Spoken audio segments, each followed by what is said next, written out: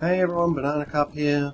This is going to be a bit of a weird one. It's not really a playthrough or anything. It's done post-commentary in fact, but it's not really a review or anything either. What it's going to be is exactly what it says on the tin, which is why I think Mountain Blade kicks ass and you should play it. So what is Mountain Blade? Well, it's a medieval RPG game split into two segments. One is kind of an open world RPG where you can ride around and build up an army, you can level up and get loot and all that sort of stuff, and the other is pretty much an action RPG sort of thing with really large scale battles. So, because it's an open world game with no set goal, what I like about it is you can do pretty much whatever. You can be like a Mongolian sort of type army and ride around and fuck shit up. You can be like a wandering band of mercenaries and help out villages, or you can do tournaments. You can build like a sieging army and join a force that'll take cities and castles. You can do all sorts of shit. And it's very much a game with unique controls, which do take a bit of getting used to. When I first found this game, I almost gave up on it within like 5 minutes, but what is awkward at first turns very visceral very quickly, because how you control Mountain Blade is sort of, for example, to swing a sword, what you'll do is if you want to swing it rightwards, you'll hold the left mouse button and drag your mouse to the right.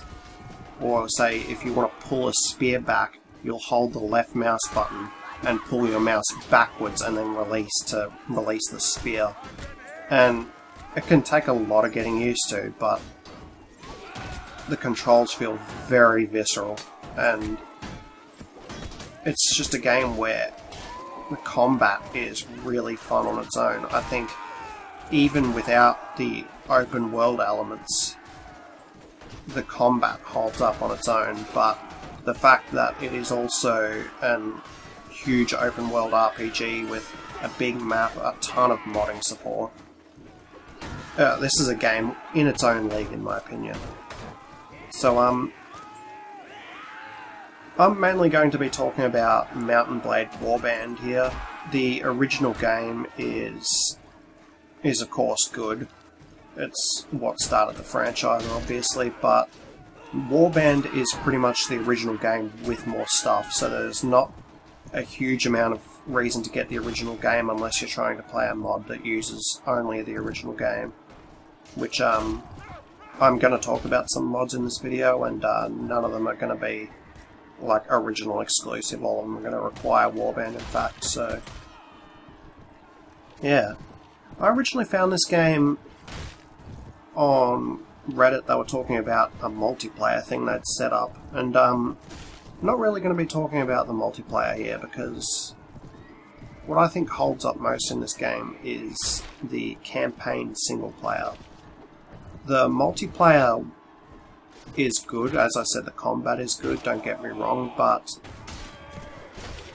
it was very much a time before games based on it, like, what is it, War of the Roses I think it's called, which is very much a similar combat style, and games like Chivalry, which really took off in the medieval, like combat, visceral combat department.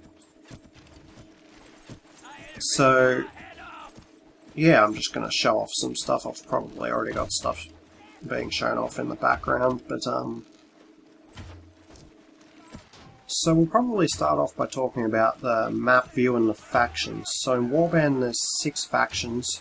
There's the Kyrgyz Khanate, who are sort of a Mongolia steppe people sort of faction with horse archers as their specialization. There's the Nords, who are kind of like the Norwegian, Denmark sort of people who mainly specialize in armored infantry. There's the Rhodoks, who are kind of the French sort of people who specialize in spearmen and crossbowmen, who are really good at sieging. There's the Swadians, who are kind of the Central Europe, Roman Greek style heavy armored cavalry faction. There's the Vegas, who are the Russian sort of people up in the snowy areas in the north, who mainly specialise in archers. And there's the Saranid Sultanate, who are the Arabia sort of faction that specialise in light cavalry and light archers. All of them have their own unique playstyle. You can technically join another faction and go and recruit a different faction's units, but because you'll lose relation when you're at war with another faction, it can be pretty difficult to successfully recruit their units.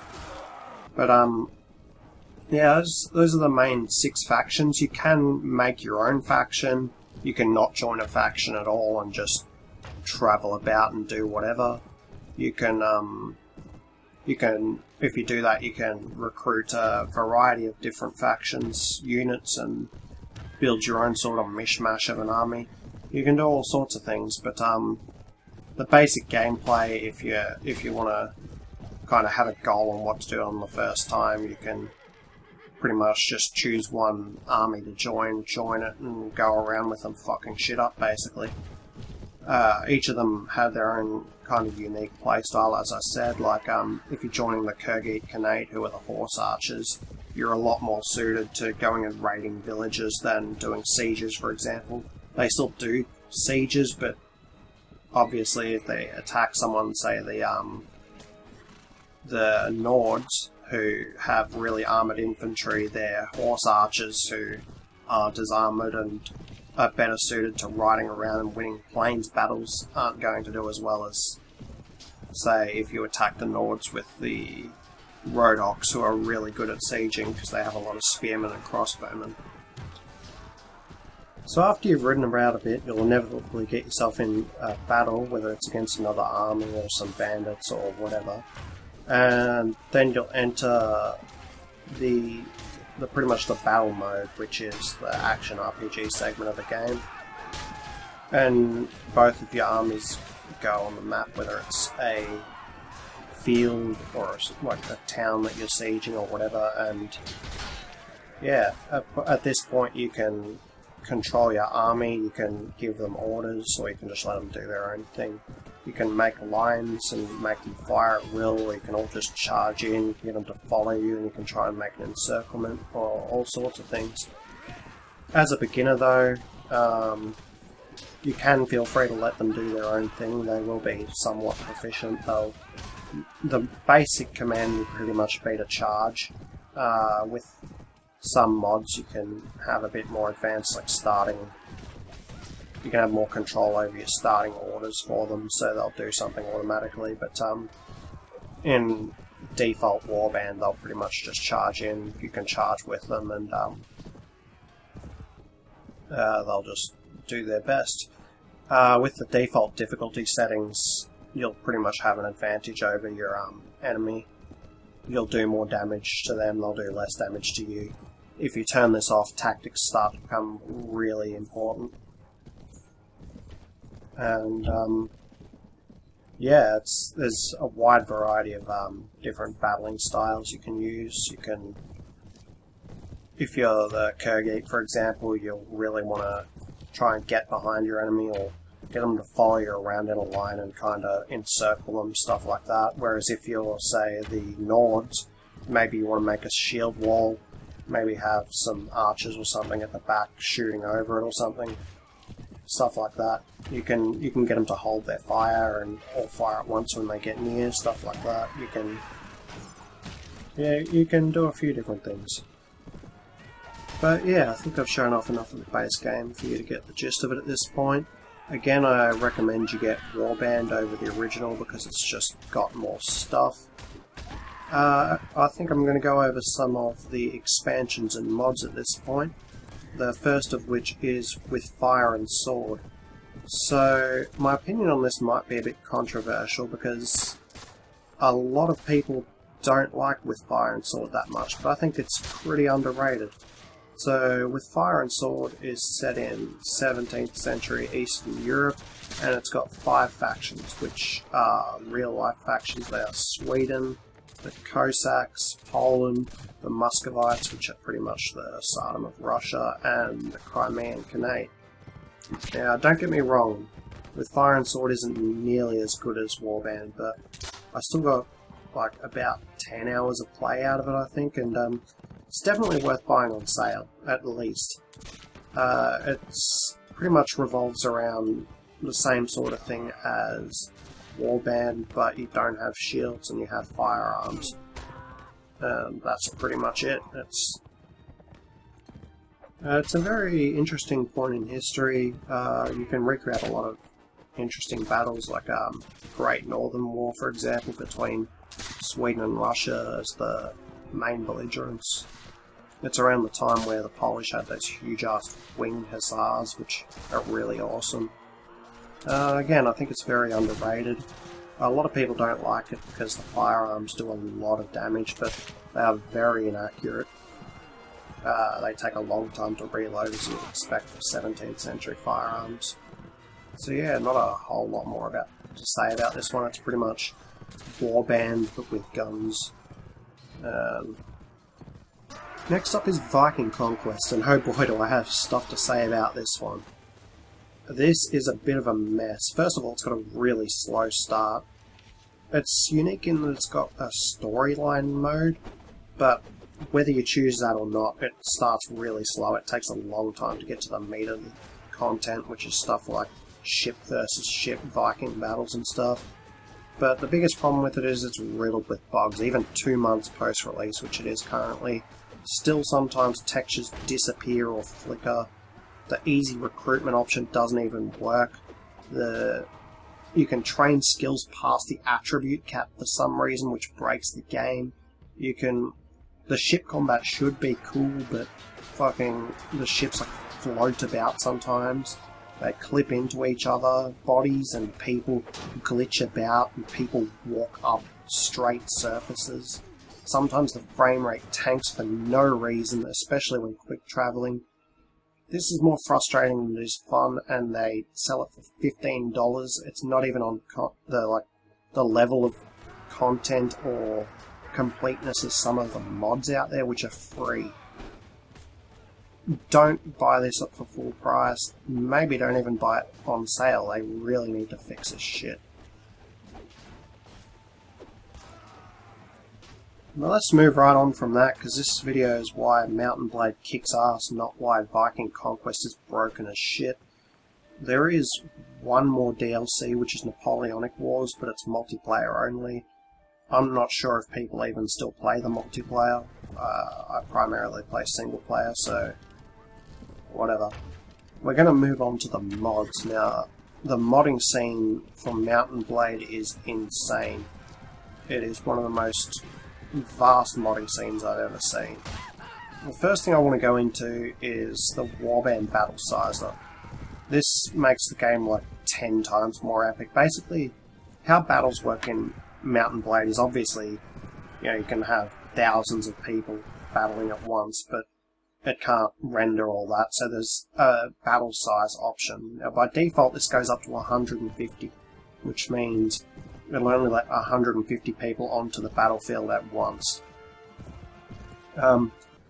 Whose side gets more people in that circumstance depends on stats, pretty much. There's a tactics stat, which will give you a battle advantage, and then it also depends on the ratio of which side has more people, etc., etc.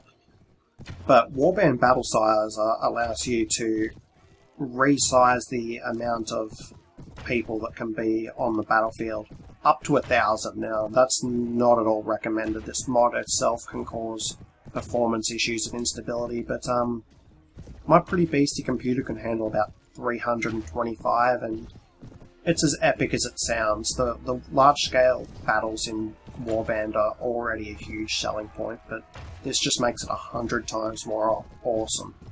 Now, all of the mods are going to be in the description below, so if you want to download any of these, just go on down there and click the link. The next one up is going to be a full conversion mod. I think this is not only one of the most impressive mods for Mountain Blade, but for any game ever. This is Anno Domini 1257. This has a huge map. It has 42 factions. It has a ton of features. You can build castles, you can build custom manors, like settlements, you can join the Crusades. It's got a bunch of mods built in, like players one of your soldiers after death. If you want, it's got a new recruitment system, it's got sea battles. It just has tons of stuff. This is 100% worth checking out. It's all based on real-life 13th century Europe, and it goes all the way from the Mongolian Golden Horde in the east, all the way to England in the west, and everything in between. It's flat out stunning, the scope of this mod, and anyone who likes Mountain Blade should check this out. Obviously I'd recommend playing the base game or Warband before you go and check out mods, but this thing is 100% worth checking out for anyone who gets into this game. Next up is the Florist mod pack. Now, this is pretty much just a mod pack that takes Warband and makes it even better. Now, all of my vanilla gameplay in this video has pretty much been recorded with Florist mod pack because after trying it I just can't play Warband without it. It's just flat out better. It has a better recruitment system, has a better tournament system, it has better character creation which actually makes sense and gives you feedback on what you're doing.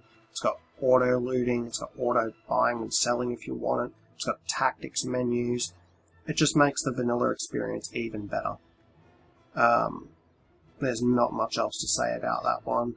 I'd still recommend you try the normal game out first, but once you've got the hang of it, this just adds more depth, it adds more stuff, it's just better, and I'd very much recommend it. If the only drawback is it only works with the default, the default Warband map. You can't use it with, say, 1257 or any other mod, but very much worth checking out. Last one here, obviously there are a lot of good mods for this game and I could cover them to the cows come home, so I'm kind of just doing my favourites, but this one's a bit of a unique one. It's called Gekukujo. This is a mod set in the Sengoku period of Japan. It's a huge accurate map with 20 factions, and it has an awesome array of Japanese weapons and armors, including katanas, naginata, shuriken, pikes, kunitomo firearms, etc.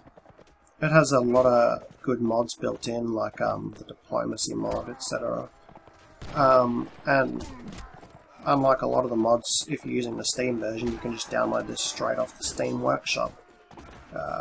As a side tangent, it's really annoying that the Steam Workshop has a file size limit, so everything can't use it, but, you know, whatever.